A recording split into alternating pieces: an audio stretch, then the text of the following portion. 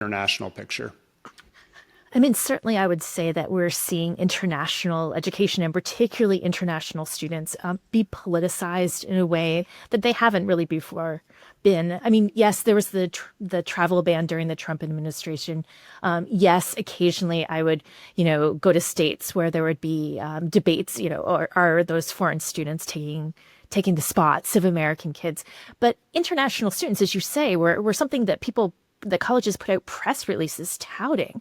And so it's very different today. I think really in one way, it's because when you think about internationalization, it is the intersection of those two things that you just identified, higher education and the sort of antagonism between the Trump administration and colleges. But it's also these issues of globalization. Now, you say, is it good for the United States? I mean, one of the things that people in international education at colleges will point out is college education is one of the United States' biggest exports. And so if you really want to think about what's good for the United States, $44 billion a year in international students is probably, it's not nothing.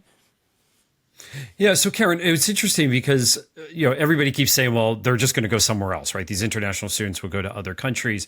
But I was in Canada recently and talking to higher ed officials up there, and it seems like there's a anti-immigration strand, and we know this is happening in Europe too, and many other countries. So what's going to happen with globalization of higher education in general? Is necessarily the US's loss other countries' gains, or are we just going to see kind of a realignment in some ways of education being more homegrown and staying kind of within borders?